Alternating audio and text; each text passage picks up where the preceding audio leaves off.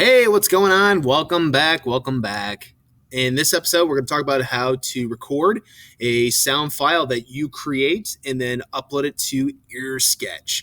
So, first and foremost, guys, in order to record a sound, maybe your voice, you singing, or some other sound in the environment, you actually have to physically record that sound and then bring it in to EarSketch. And I'm going to kind of show you how to do that. So first and foremost, I use a simple audio recorder. By clicking it once, it automatically records. Then by clicking it twice, it actually drops it into my Google Drive. This is probably something that you want to use yourself because it's super easy to use. Again, it's just a couple simple clicks. It's got your voice recorded or the sound recorded, and then you're good to go. So what I'm going to do is go ahead and pretend like I actually wanted to record a song, like my actual vocals, and then ultimately bring it into EarSketch that you kind of see in front of you. So I'm just going to go ahead and record a couple bars. Prepare yourself. Okay, I don't want you guys to be blown away. All right, so it's going to give me a not necessarily a countdown, but it's going to go ahead and start right away, and then we'll get things going. So let me go ahead and click record. Here we go. Blue moon, you got me standing alone. I don't know the rest of this song. All right, so once I'm done, I'm going to go ahead and click the microphone button, and you see here that it automatically downloaded. I'm going to go ahead and click on Show in Folder because it's going to take me directly to where it's saved. So I'm going to let it, do its magic. And I always get into the habit of changing the actual audio file to what it really is.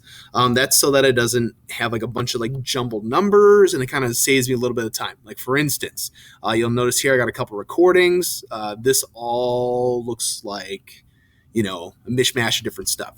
So with the Chromebook, I'm going to go ahead and double tap or snake bite, and I'm going to rename it.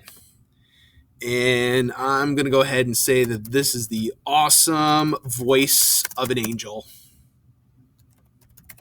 All right. So I'm going to go ahead and click off of it so it exit out of here.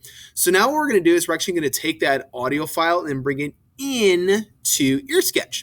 And guys, I do want to point out that it's pretty simple, but in order to actually click on add your own sound, you need to make sure that you're logged in.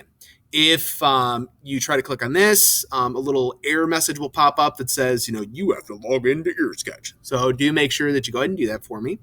And I'm going to go ahead and click on add your own sound. And once it pops up, you really have two different options. You can do a quick record, and then it'll automatically drop in EarSketch, or you can upload the sound. Just to give you a little bit of a heads up, the quick record is only maybe about, maximum like 5 beats, which is somewhat quick. Definitely when you're recording your songs or anything else that you're doing vocally, you're probably going to want to bring in that audio file just so that, you don't have to do 20 of them all in a row. So, to upload that file that we've already done, we're going to go ahead and click Upload New Sound, and then we're going to go ahead and click on Wave right here, W-A-V. Because we have the Chromebook, it's going to automatically open up our device, and ultimately we're going to go ahead and select that audio file that we've already done, which again is I think it was like awesome, voice of an angel. We're going to go ahead and click that, and we're going to go ahead and click Open. And remember again, guys, that this is the actual file, and we need to click on Upload Sound File, and it's going to work its magic, do its thing. Just give it a few moments here, guys, while it uploads. There we go. Okay, so I have to admit, when I first did this the first time, I was kind of like, okay, so where is it? What's neat is that because you've actually uploaded a sound, you now become an artist within EarSketch, or at least within your own personal one. So in order to find the sound that you brought in, you just go ahead and go over to Artists. And then what it does is that it actually creates your own username. So whatever the username that you put in to log into, that's what it creates right here. You want to click on your name. And then it's going to go ahead and give you, the different, sound bites. Now, mine's not popping up. Oh, because I actually still have the drums left up here.